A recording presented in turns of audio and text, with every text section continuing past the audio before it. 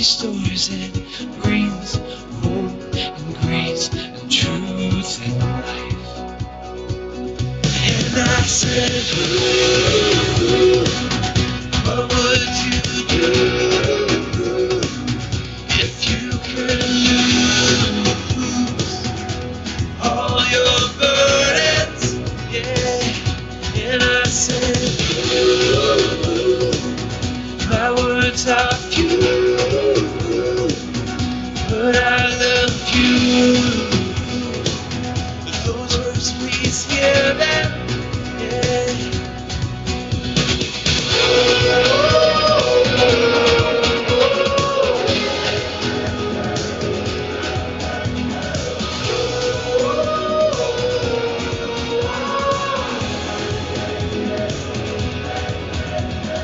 Grace is the reason why we're both alive, so we pour our grace until we die.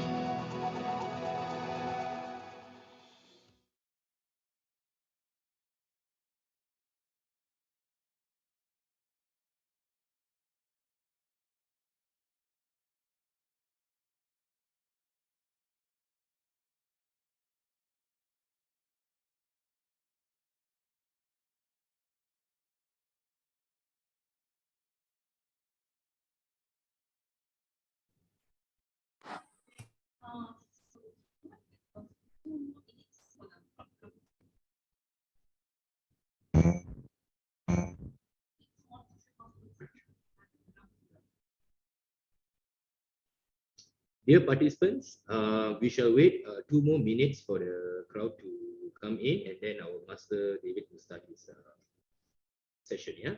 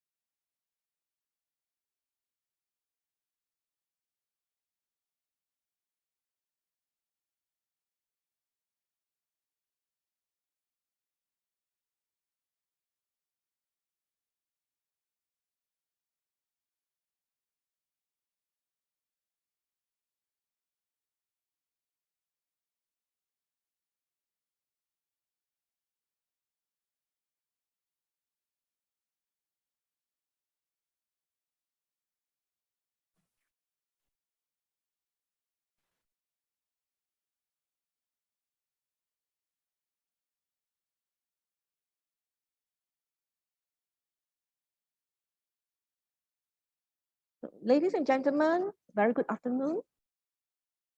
You need to unmute your side. You need to mute. Good evening. Sorry. Good afternoon. Welcome to Help University. And I think is there echo? Okay. Welcome to today's talk, whereby we feature again Professor Master David Koh, who is going to share with us another exciting round on Environology. For those who have come last week, I know that you were so excited and had many calls. A lot of people call us to say, can we have an encore? Because a lot of people want to learn more about environology. They want to understand how it works. And also we know that Master David Koh has so many years and decades of expertise. And with that, we all need to know more, to know how and learn from him. So I'm very, very pleased today to invite Master David Koh again to share what he knows. And of course, along the way later, we also will have a surprise for you. A very, very special bonus. And you stay all the way to the end, you'll be part of the bonus. Okay, over to you, Master David. A very good afternoon to everybody. First and foremost, I think we all must thank Dr. Chan or Chan.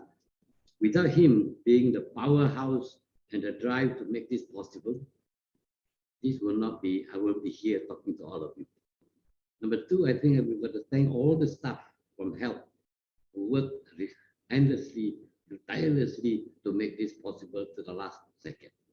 And of course, most importantly, all of you who came last week or come just for this Saturday, welcome to our session. For that, let's get started on the philosophy and the technique beyond Feng Shui. We call it the Environology. 1 second, screen is not running. All right, okay. We are again covering the 4 steps of Environology with a little bit of difference from last week.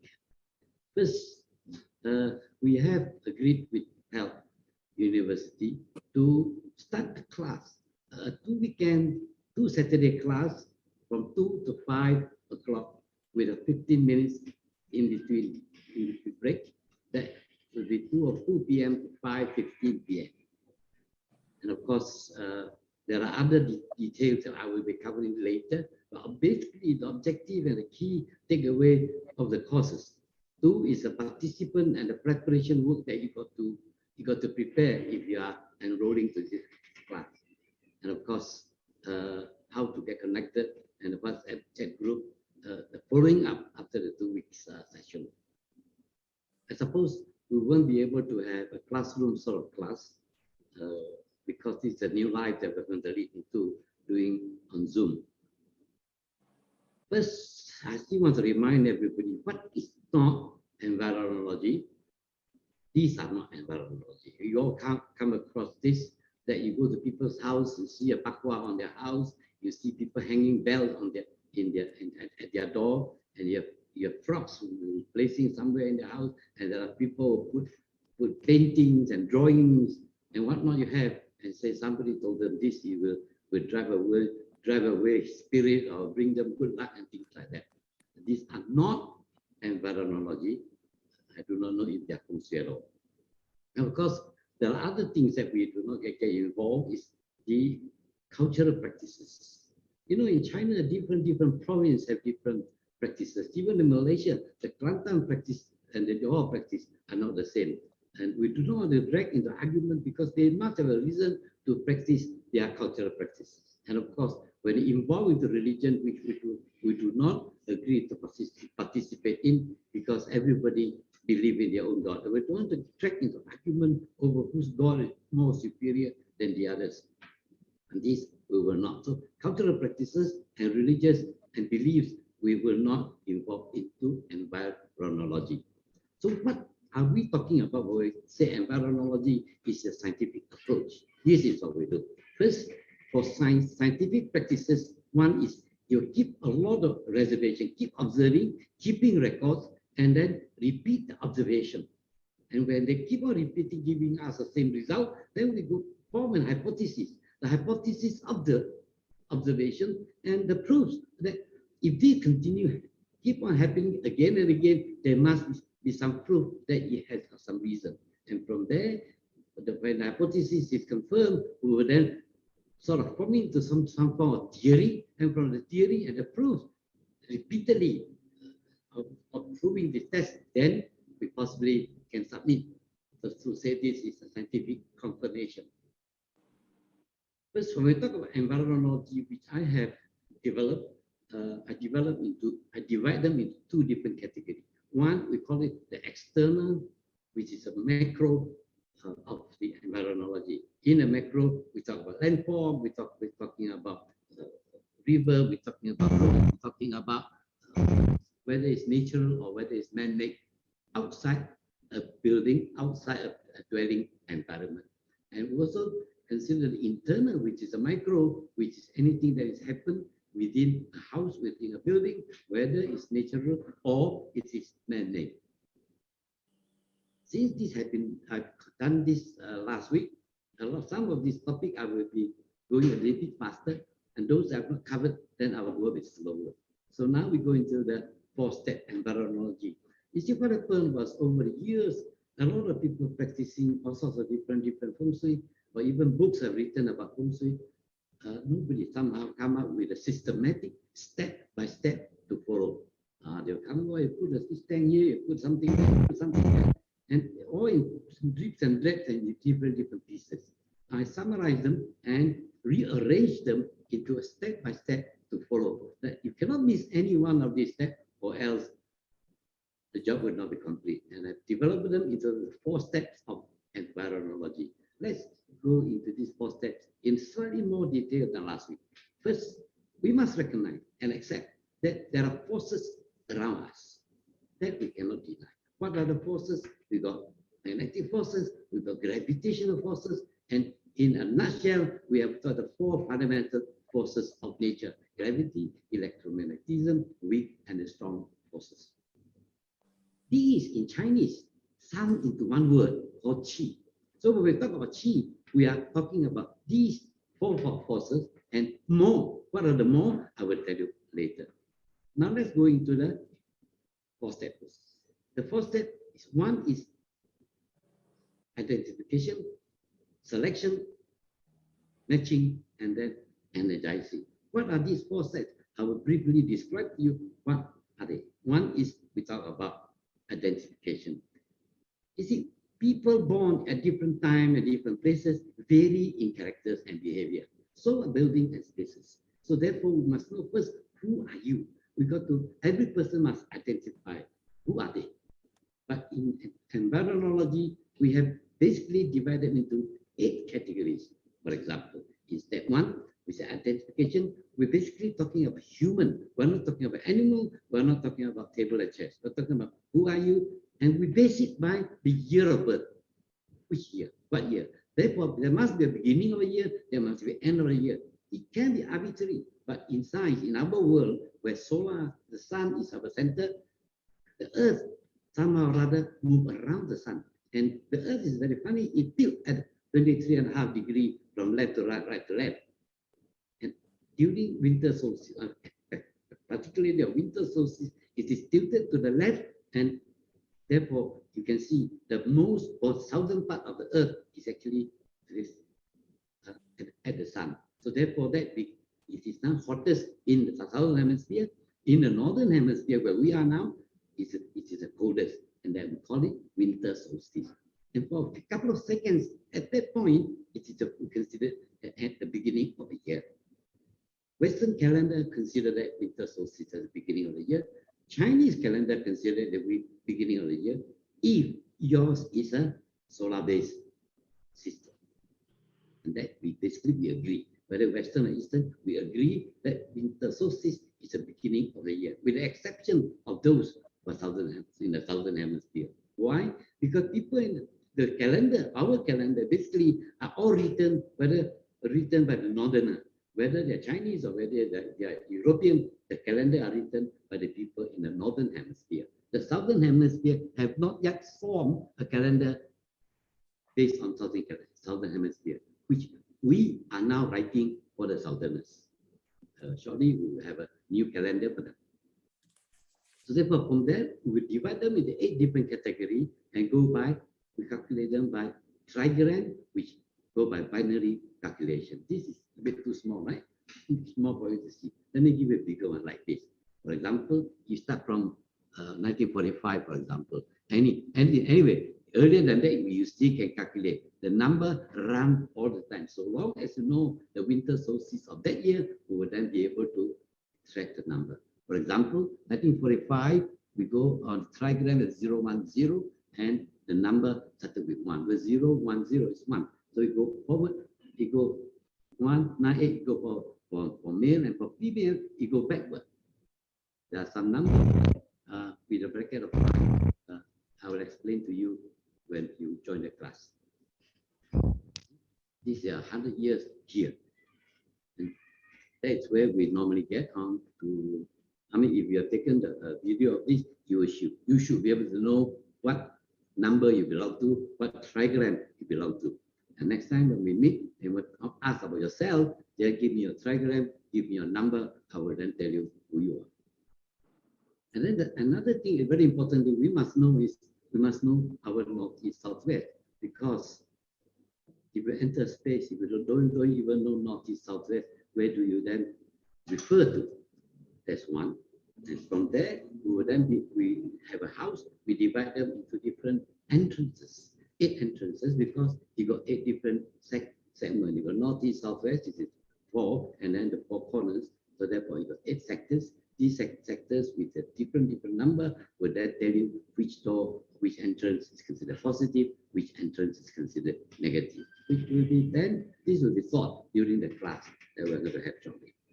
For example, the 010, number 1, the one with colored are considered the positive sectors. The one that are no color blank is considered negative. How negative, how positive, we will talk about it while we're in the class. And of course, all the other 7 of them, I just flip very quickly. And then what do we refer to? In the family, there are many people. Maybe 8 people, maybe 6 people, parent, grandparent, things like that. So what do we take as reference? Here, we consider man, the eldest of the male, takes the external. The external means from the main entrance and outside. But from the garden, from the road, it goes to the man. The ladies takes internal. Internal means from the main entrance and inward. From inward, then you got a kitchen, you got a living room, you got a bedroom, everything else goes to the lady of the house. Why take them? Because the eldest man of the house is the eldest male. Yes. So therefore, we used to say, man by the house, lady makes the home. How true is it? Yeah. After you can identify what number you belong to, your date of birth and the number you belong to, you can determine the 8 sectors of the house. Then we go for selection. The selection here will be a little bit more complicated. How? For example, animals also know how and why to select a good environment and location to dwell. Either they get it right or get it wrong. So therefore, it's a do or die situation for animal to find a dwelling environment. Human being like us supposed to be the cleverest of the living chain. Do we select our living environment? Maybe you do, maybe you don't, I don't know. And if you do you know how? Animals use their 6 senses. Do you use your 6 senses? So therefore, this falls into step selection. So in the selection, we have again first we start with the macro. That means an example. I'll give you some example worldwide later.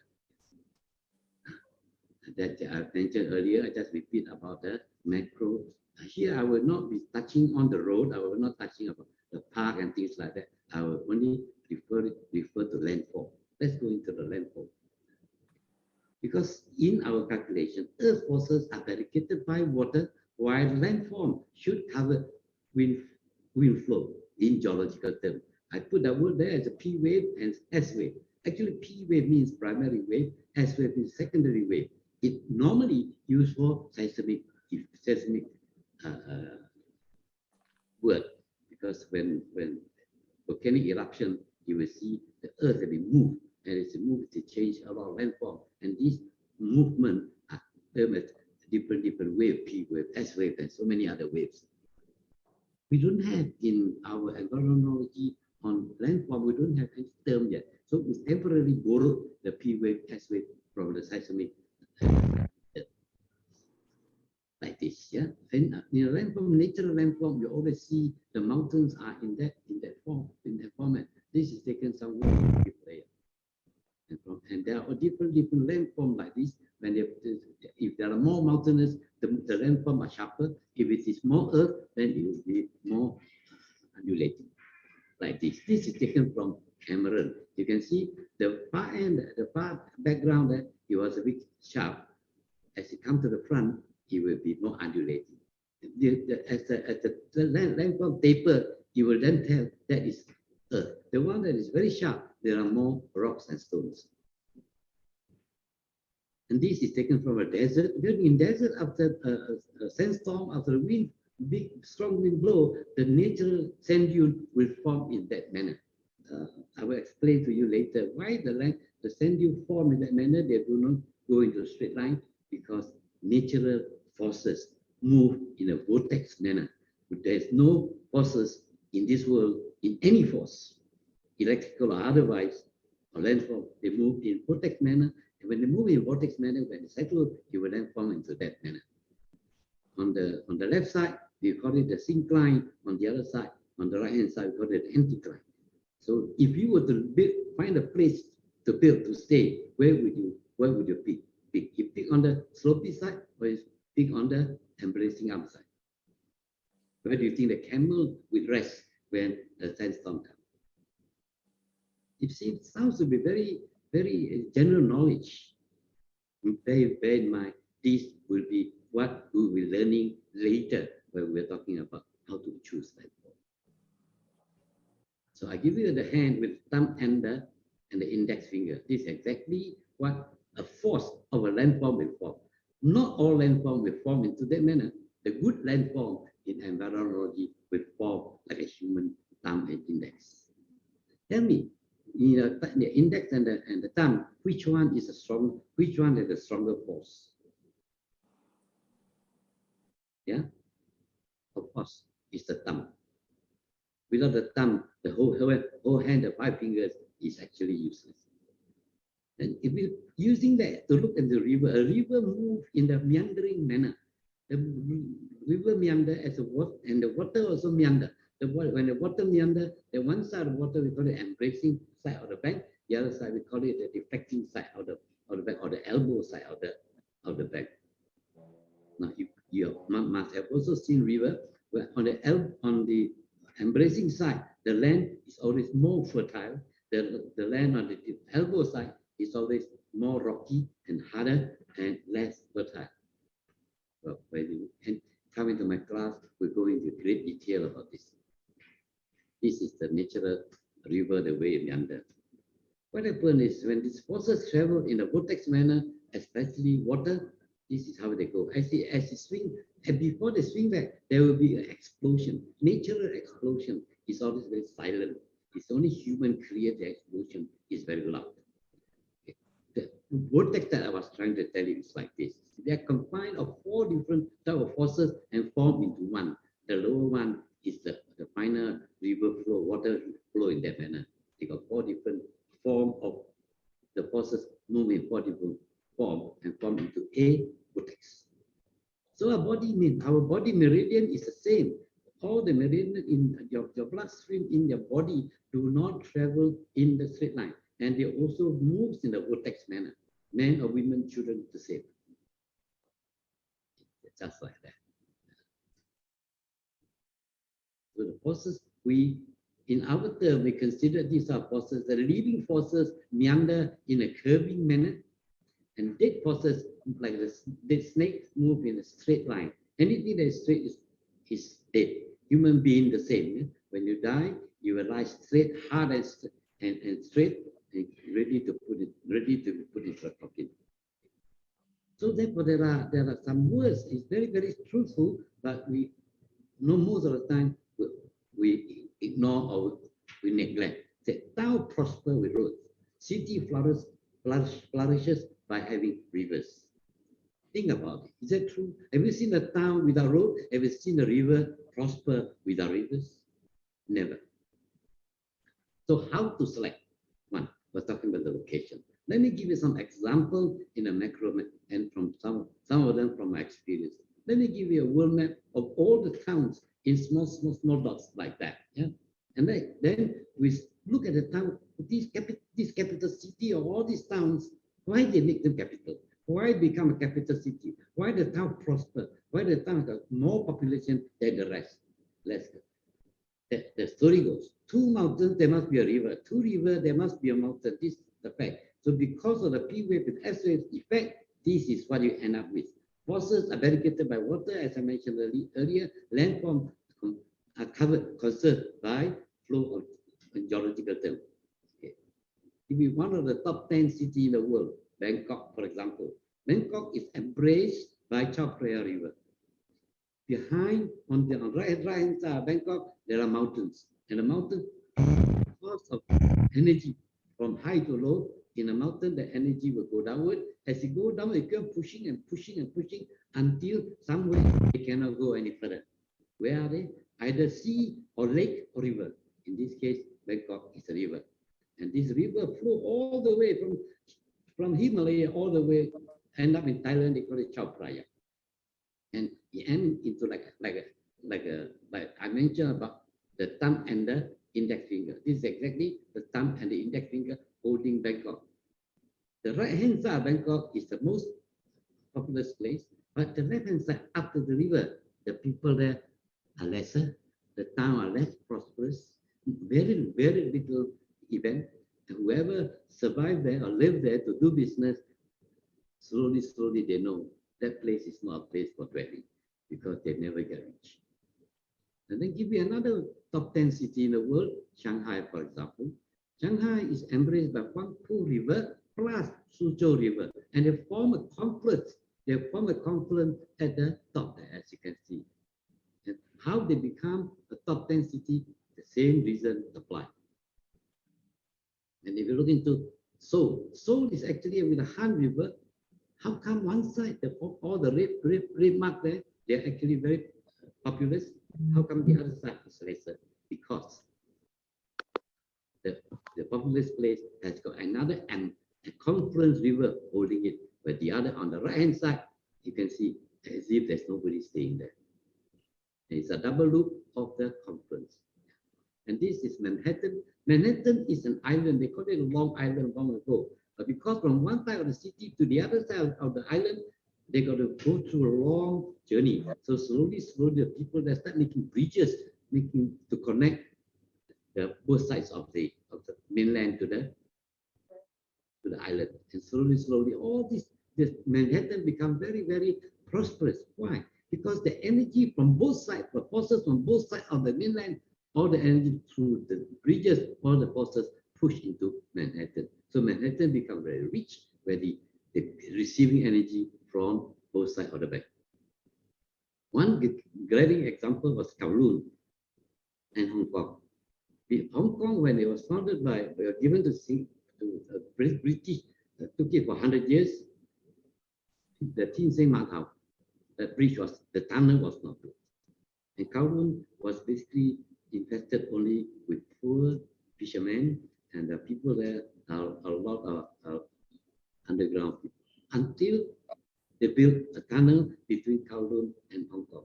And from then on, Hong Kong prospered faster than Kowloon. Until now, it's so busy, one of the most populated land under the sun, that they got to build the airport to the island on the far southwest.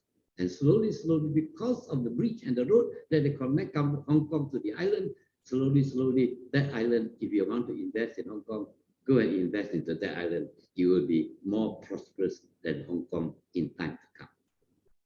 Singapore is the same thing. When Stamford Rifle found Singapore, he actually bought it from Sultan of Hong Kong for cheap, I don't know, some 36,000 pounds, $36,000. It was only 50 fishing families, Malay families. How come it becomes so prosperous? It was because we make them a bridge called the Johor Causeway. And all of a sudden, you look at the map, the forces of whole Malaya go all the way, push into Singapore and ship all the way to Shenton Way until there's nowhere to push, because after that it's already sea. The energy will not, the P wave will not go through. The S wave will not go through to the sea.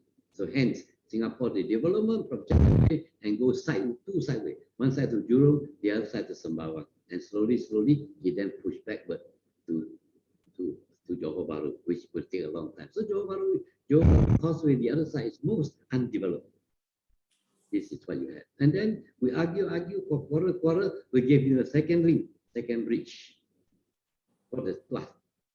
And then quarrel, somehow Mahathir proposed to give him a Phuket bridge. But until today, they didn't materialize. I used to give a talk in Johor, Malacca, everywhere. I say, well, if you don't need to quarrel with Singapore, all you need is to bring down the two bridges, they will go back to square one.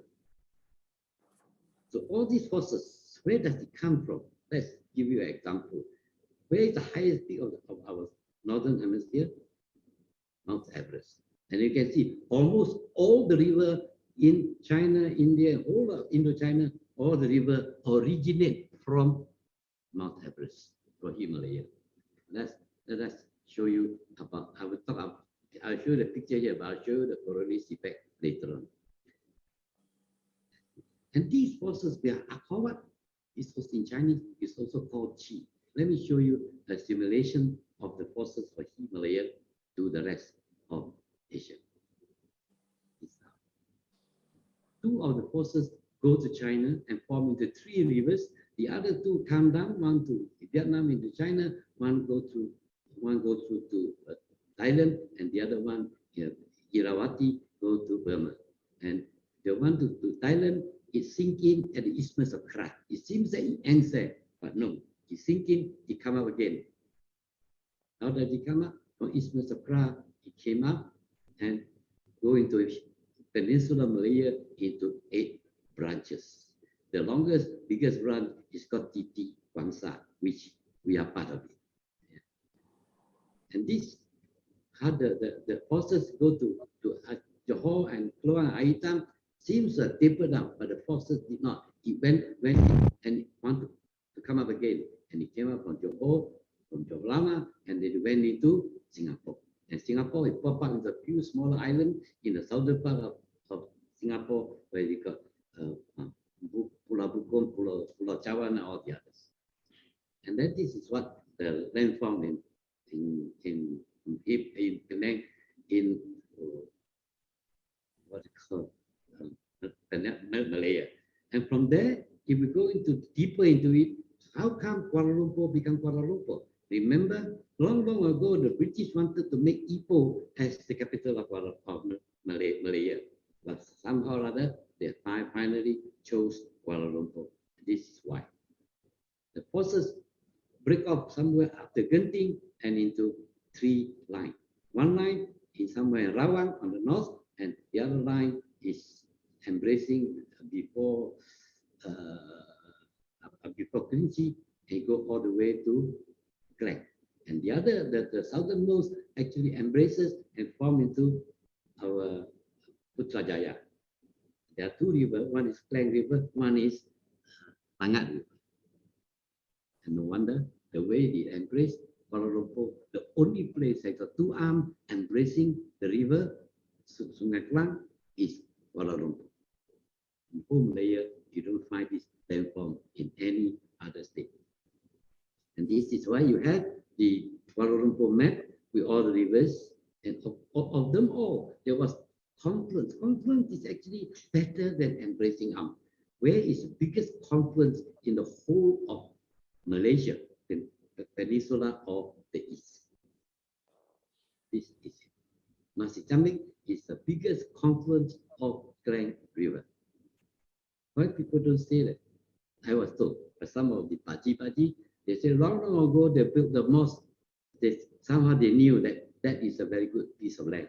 And apparently there were four sages, 4 Paji or the Imam were buried there. But the mosque did not face the confluence. The mosque, the door of the mosque is actually at the tip of the confluence. The back is people enter from the back. Actually, that was originally meant to be the back. The front is actually at the confluence. And of course, in Kuala Lumpur, there's some good area. One of them is the Mid Valley, where they go, one side is embracing arm of Klang River, the other side, Lornie Road, actually form the other half of the holding. So therefore, that will end up like an oyster. And of course, another place is very, very good that you can think of is pavilion in Rajachulan. Rajachulan is a big half circle from Bukit Bintang downward, because the landform, the highland from Purujel pushed all the way towards Klang River, and the embracing arm is actually Rajachulan. So this is the 2 best location you have in Kuala Lumpur. Fortunately, unfortunately, I was a Feng Shui master for these 2 properties. And when we talk about wind flow, the energy going into the building, we must always remember how wind travel and what can block the wind sort of moving behavior. These are a simulation of models to show how the wind flow with different colored air to show you how it moves. And if you go into tall building, if you are the first tall building, you are subjected to the strongest wind blow to you. But second, third building will be lesser, but the energy that forces that reach there is in a very mixed and very like that. So when we talk about landform, we talk about mountain, we got to understand and to study them where it begins and where it ends. When you look at the river and watercourse, it's the same thing. We got to understand, study where it begins and where it goes. Well, we actually wrote about this. I studied every capital town of Malaysia, every state, from Penang to Kota Baru to mountain to Kota Baru to Kinabalu to Kuching. And of course, I have written article in Star since 2007, August 13, first article to 282 article in 2013, March 15. Of course, it was all penned down one of my students, Stephen G. One and two steps. Let's go to the third step. The third step, we just now with the trigram, with the binary, we should be able, we already mentioned to you briefly, I went through, you got to link them, or you got to assign them to different trigram, to different elements. Of course, it's different from the West. The West has got all the four elements plus either, where the Chinese get all the 5 elements with additional one of metal, which the Western people don't have. And never mind, they still have 5 elements anyway. So therefore, from the 4 steps, we'll cover one step, step 1, identification, we'll step 2, selection. Now we're going to the matching step. In the matching step, we're already talking about internal, we're talking about micro, we're talking about the details of what is in the house. So the micro observation is observation of human factor. But we don't have the time that we wanted. Supposedly in our class, even for the 2 weekends, we'll cover all this. But today, we only talk about the 3 major, which is the main entrance door, the master bedroom, and the kitchen, only 3. But first, we must be able to get a point of reference looking at a house. Where is the north, where is east, where is south, where is west? So therefore, first we got to have a point of reference. Like what we do for world outlook, we already take Himalaya as a point of reference. Set some center that we can refer to. You go into a house, you stand at different corner of the house, you will then end up having different north and different south, different east, different west. So the point of reference is the center of the house. And stand at the center of the house, hold a compass and look. Where is the door? Where is the entrance door? Where is the living room? Where is the kitchen? And where is the master bedroom? Like the one I draw on with a cross in the middle of the house. But of course, not all houses are in a squarish manner. They have different shapes and sizes. So therefore, for example, you will need a compass where you stand at the middle. Now the compass, you don't need a Feng Shui compass. It's just an ordinary compass will do. A 12 ringgit compass, 20 ringgit compass is just as good. All you need to know at this stage is north, east, south, west. But of course, you cannot use a handphone. Why? Because handphone has got a speaker. The speaker is run by magnet. So therefore, the magnet will not give you a true reading of north, east, south, west. You don't believe? Very simple. When you come to the class, bring a 20 ringgit compass and bring your handphone, and we measure together. And you will understand that the handphone's north, east, south, west is not accurate. For example, sometimes a house has got one corner purposely cut off. Maybe they want to have a car park, maybe they want to have a fountain, but we still have got to square them up and find the center of the house like this. So I'm going to briefly just run through this. In the class, we will have practical to try on this. A lot of people talk about, oh, this, my door is facing where, my house is facing where. Now, this is not correct.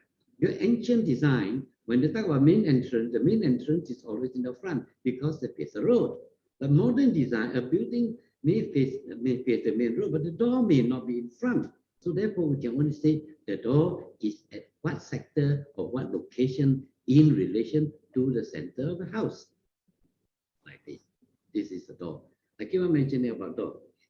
These are all the other forces we're talking about. The Chinese add all this together and say all are qi.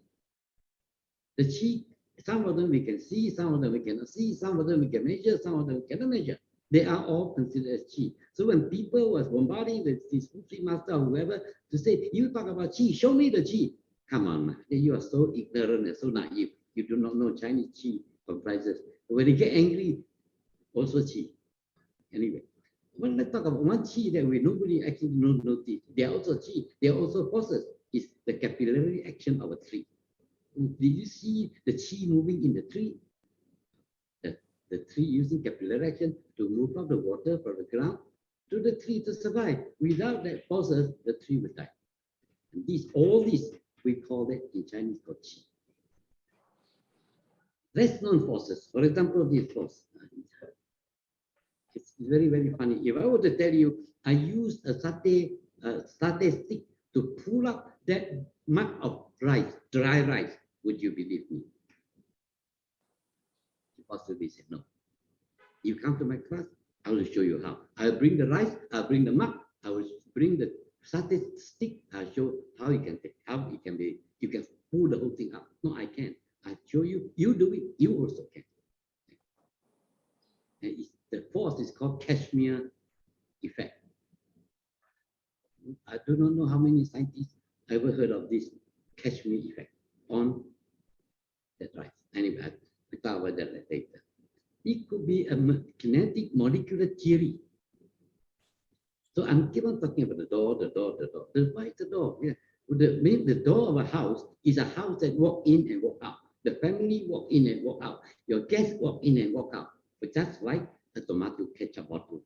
You want to bring out the full tomato ketchup without the Chinese chopstick, I don't think you can get it. You got tepuk from the backside like crazy, and you're going to splatter everywhere. It doesn't do that. So therefore, when we walk into the house of the main door, in and out, we are inducing energy in, we are inducing energy out. So these forces are human-induced in and out. If the door is in the north, then you will have the northern forces coming in. What are the forces? We will investigate what sort of force you get in detail when you come to the class. So from the entrance, this is from the entrance that we also got to consider the proportion of the entrance. Why? Because it is a meridian line, a lifeline, energy line, like your mouth. Whatever you eat, it goes through your mouth. You don't eat, you don't breathe, ladies and gentlemen, you will be surviving. So from that entrance door, we will then consider the measurement, the proportion of the house, and to suit the other proportion so that the air, the energy, the forces will move in harmony. So this is how the meridian works. The life duration of a building, the meridian of life, and the expiry date, all expiry time, this all got to be calculated. Of course, this involves the length, the width, and the height of the building. And this then fall into a category called golden proportion. Golden proportion is the nature's proportion. Whether it's a leaf or a human being or the horse or the orange or apple, whatever, all has got a golden proportion or else it will not survive. For example, human being, on the far left, actually is a Fibonacci theory where they come up with a formula. This formula is not truly correct, but anyway. Then the second picture is a hand. If you look into your hand, it also gives you the same example. Different section. For example, this section, the finger with the palm, it is 1/3, 2/3. From the palm to your elbow, it is this 1/3 and this is 2/3. And from the elbow to the collar, from the shoulder to the elbow to the tip of the finger is again 1/3, 2/3. 1/3, 2/3 is basically what we call the golden proportion. It is 1 is equal to 1.6181818. The person born handsome or not handsome, pretty or not pretty, depends on you have golden proportion in the body or not. You look at the middle picture, the girl, her face is under golden rule proportion. She looks pretty, doesn't it? You look at the two girls standing there, one is having golden proportion, one don't have. You look at the other, the black and white one with golden proportion, the other one don't have. And the finger, our hand finger, the index and the thumb is a measurement. And this is what called not under golden rule proportion, except the middle the two red shirt lady on the right is golden proportion, in the left is not confound to golden rule proportion. Which one would you prefer? Yes, later on, if I have enough time, I'll show you what a golden proportion of a human body shortly. I think I'm running short of time. So this is the golden rule proportion in a rectangular. If a house is built rectangular or square, which one is better? Of course, rectangular is better because rectangular design can go into golden rule proportion. A square house cannot. For example, like this. This is a building that I have designed in end of Ampang Road for a charity house. It's like a design of a vase.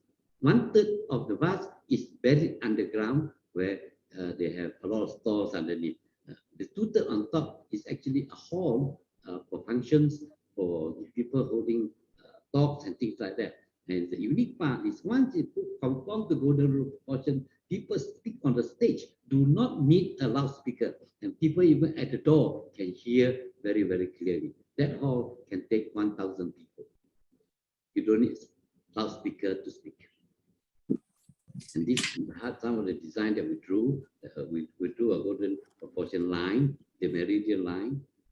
And this not only applied to a terrace house, not only the double story, a single story, or bungalow, it also applied to condos and apartments. Yes. So therefore, from here, we have covered up a positive and negative forces. Let me show you some of the buildings that are not so conducive. For example, building a house under high tension cable. Not that the high tension cable are bare wire. It is also the electric magnetic field that is affecting the houses below. There is a proportion, there is a measurement, and there is an equation. So how far can you build a house out away from the high tension cable that is you can avoid electric magnetic field? Yes, DNB have the formula. I also have the formula. During the class, I explained it. And this, as you know, it is already not conducive. Not that it's not painted, not that it's now considered haunted. Is you got to walk through a bridge to the house, and the house is basically built on steel. And you know, forces are transferred from rigidity to rigidity, and you have a house like that where the house want to collect its energy from. And of course, we also know that forces move from high to low. So the forces move from high to low, but the air move from low to high. So what do you want to do?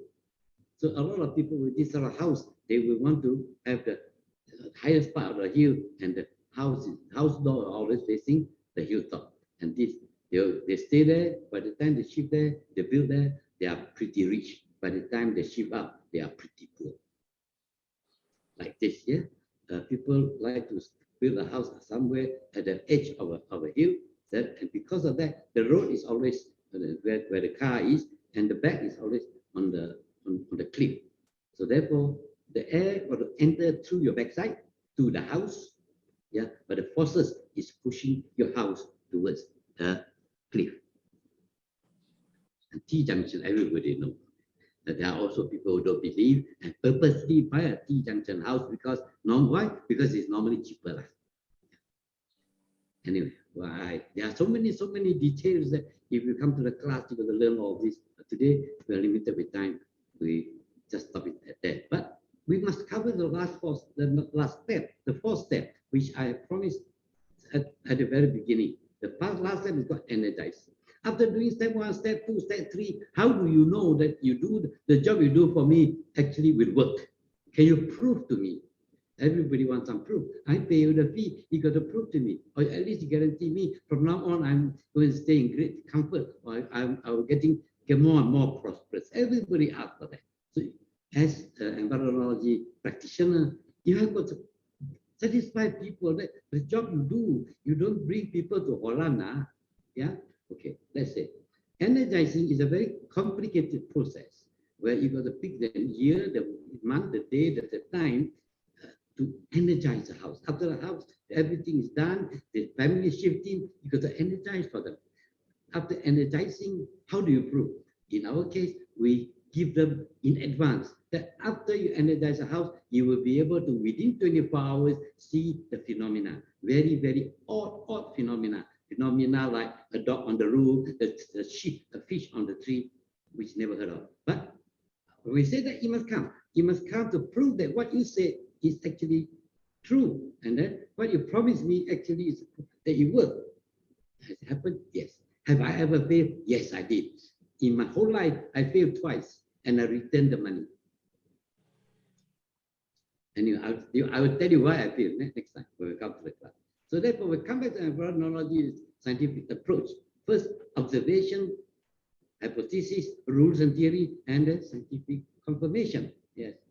But here I want to briefly tell you, a lot of people have got very negative idea, negative thoughts about the Chinese people. Say they're all hocus people and things like that.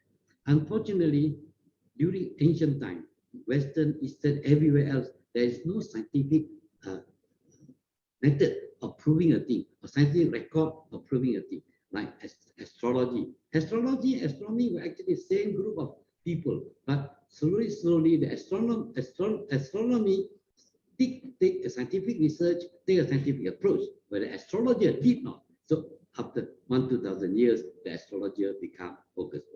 The same thing happened to the Chinese. I mean, people looking at the star and this ancient people, they cannot describe what is that. You look at it and they link them to the animals they have in the house. I think this one look like a rat.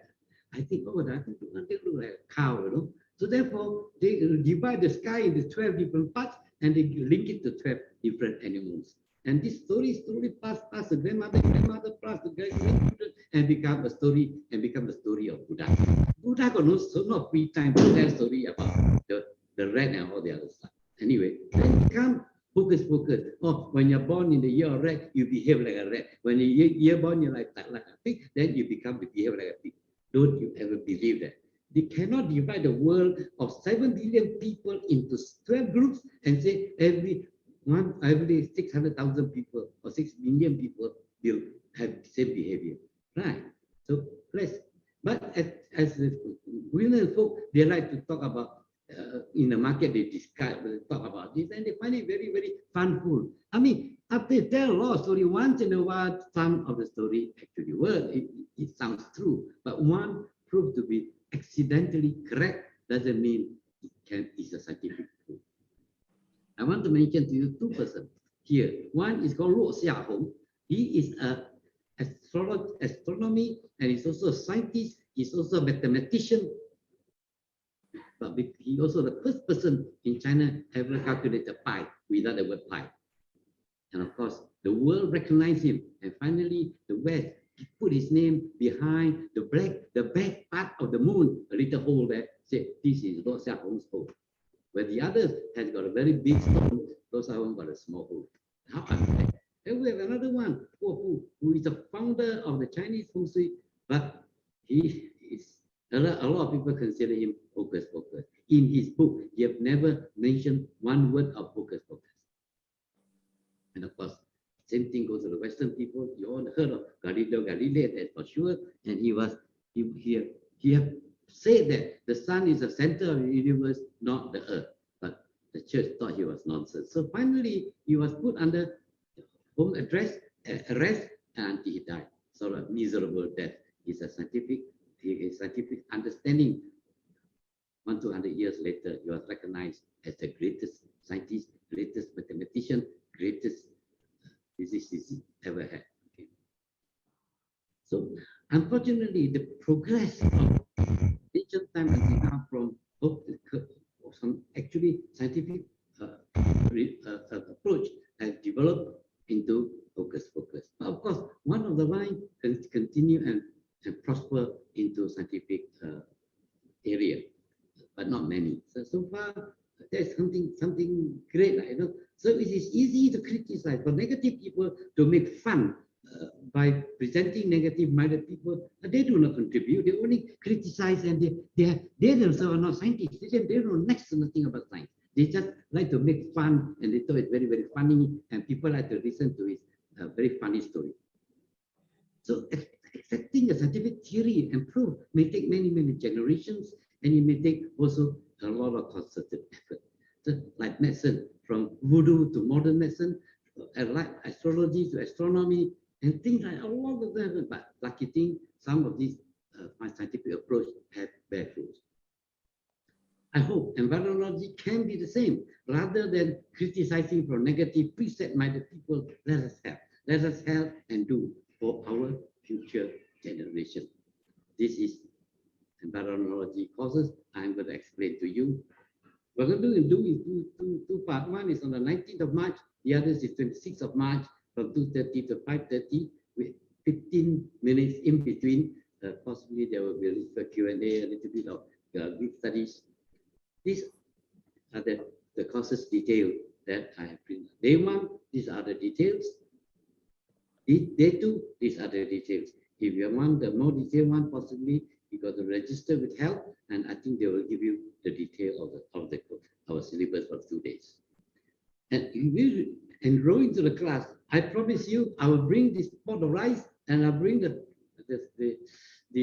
satay stick to show you, and I will prove to you about this can be done. One other thing, I promise you, something very funny.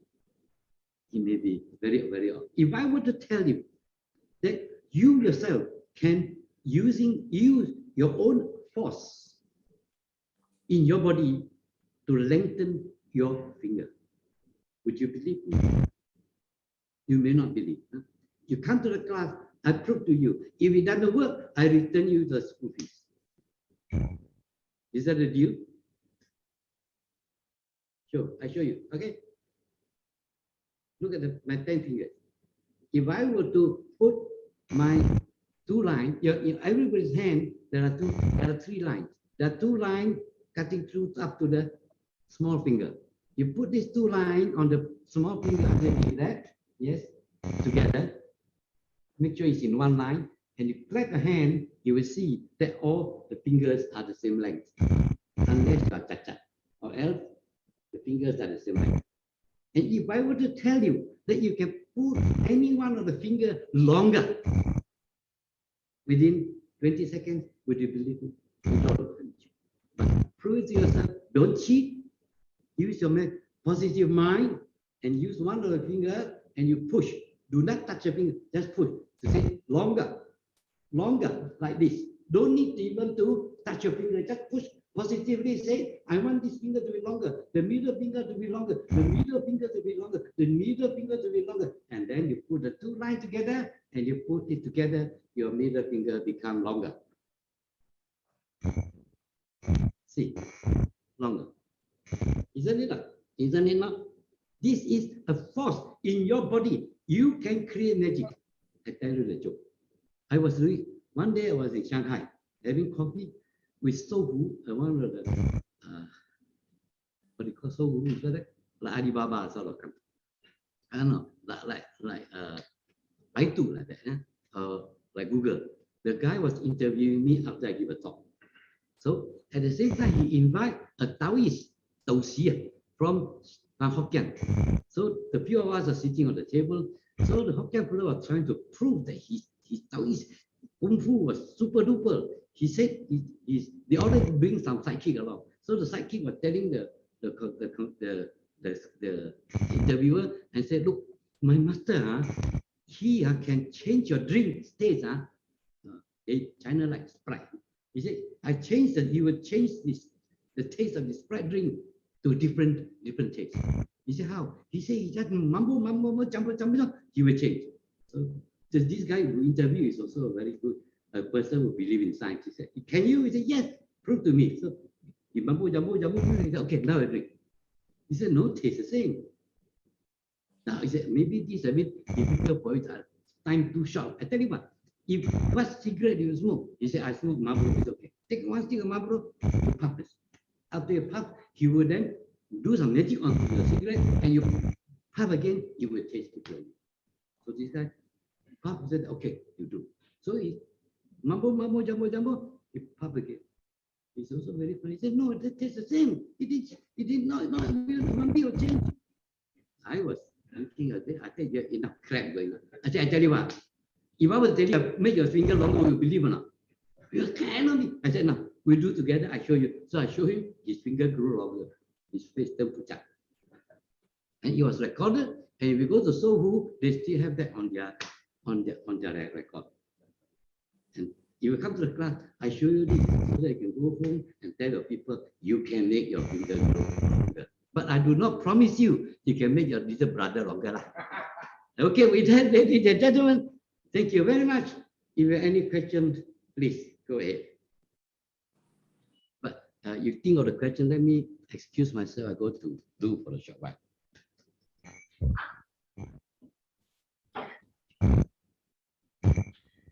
Don't go away, I come back. Thank you, Master David Koh. For everyone else, how was it so far? Anyone wants to unmute your mic or to tell me how you feel? Was it exciting?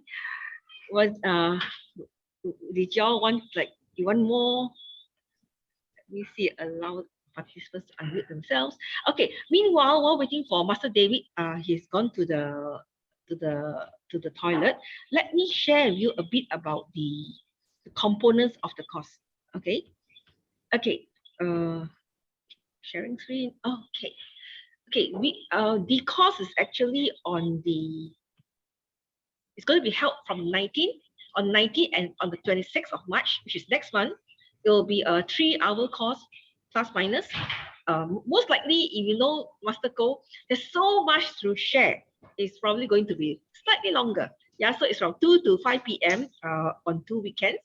And it's actually a face-to-face training, whereby it's at Help University in Damansara Heights. Okay. I will also double check with the help team in case there are people who are outstation. Would y'all be also allowing a Zoom session? Because not everyone is able to come to KL.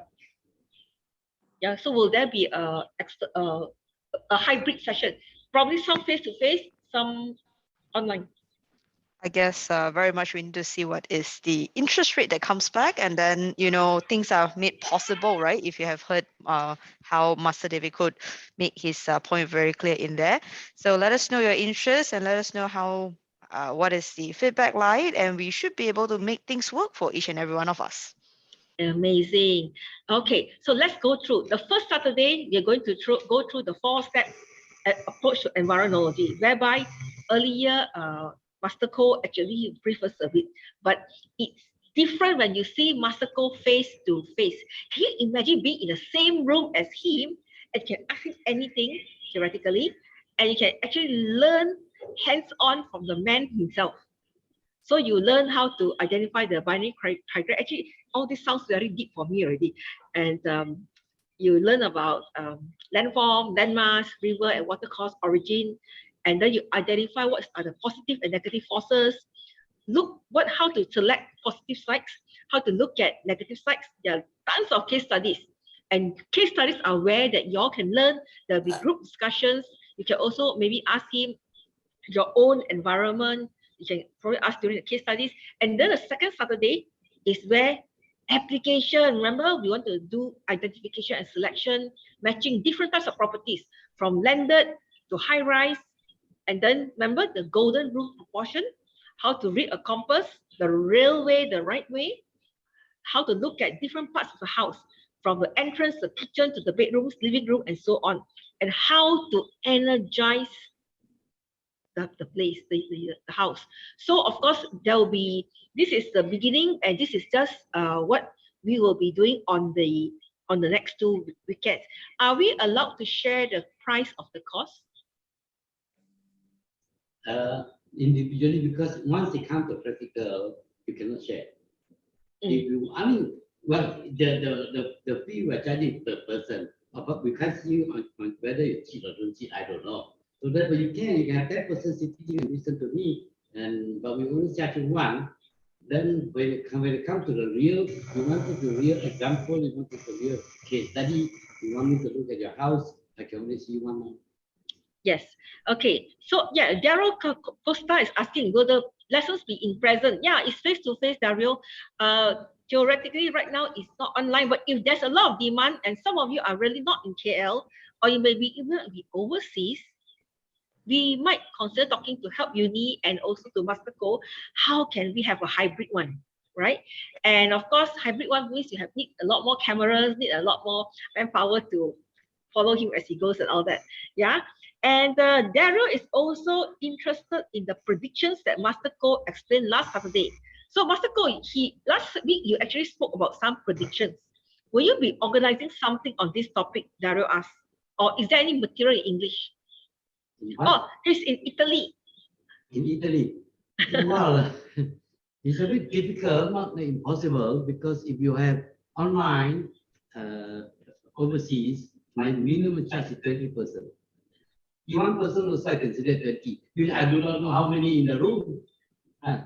So if you can pack 50 and you consider, I can still consider 20. You come one person, I still consider 20. So, But if it is face to face, it could be very expensive because you got to fly me there.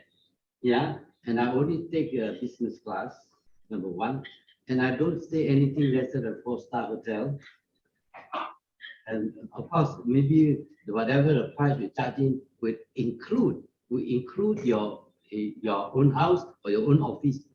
The fee is included there. So you gotta bargain that you already you can do your house.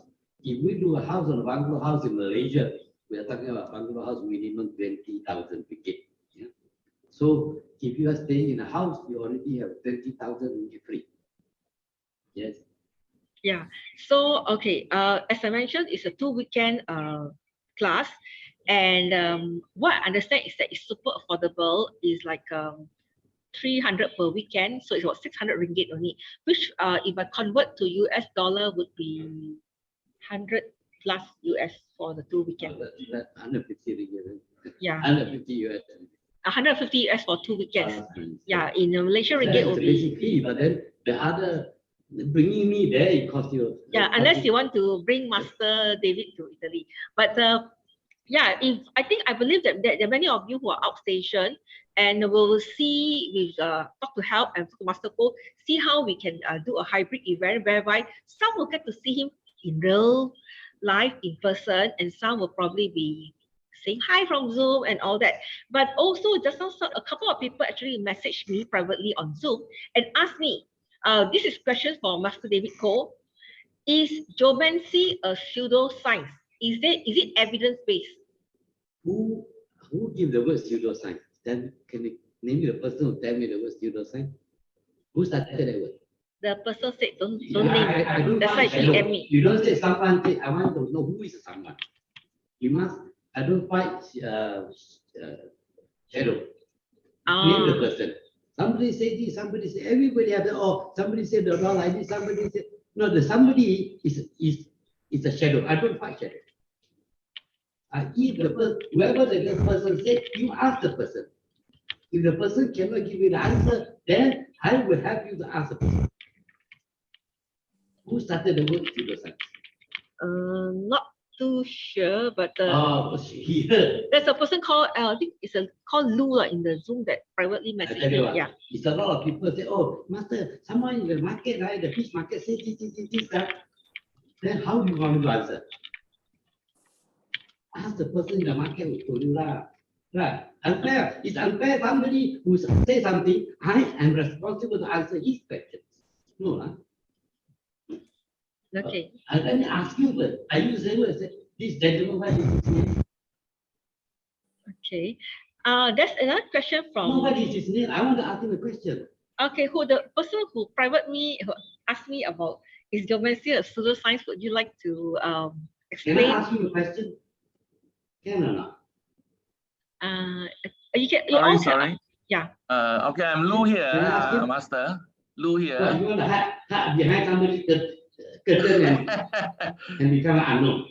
This is a question. Gentlemen, it's a discussion. You don't need to go to jail. You don't need to be fined.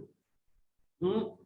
This is a question passed to me after, there's a YouTube that I come around quite some time ago. So this is one of the gentlemen called Robert bring along this. So maybe you can highlight your comment. Can you hear me?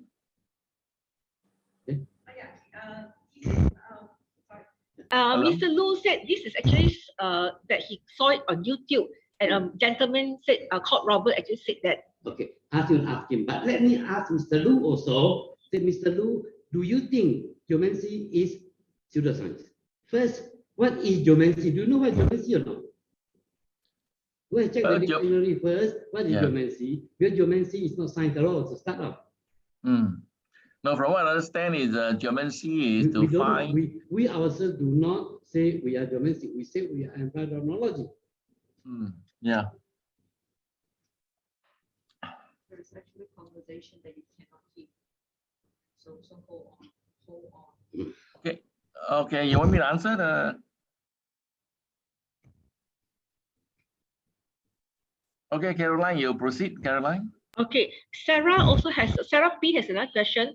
How many levels are there for one to take to complete the whole course in Feng Shui?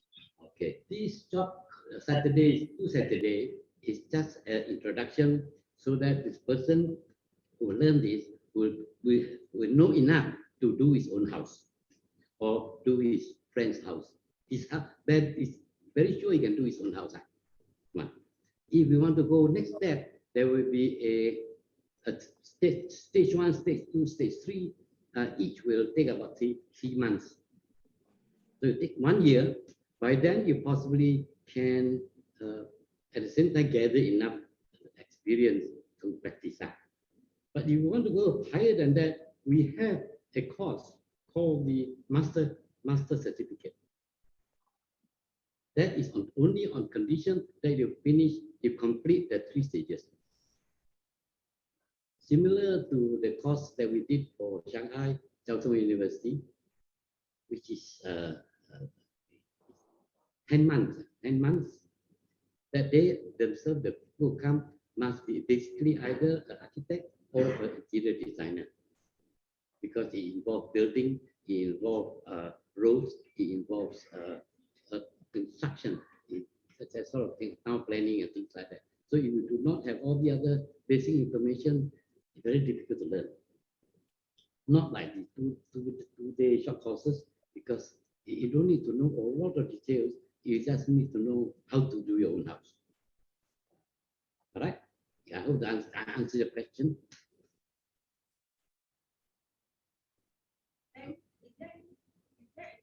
Okay.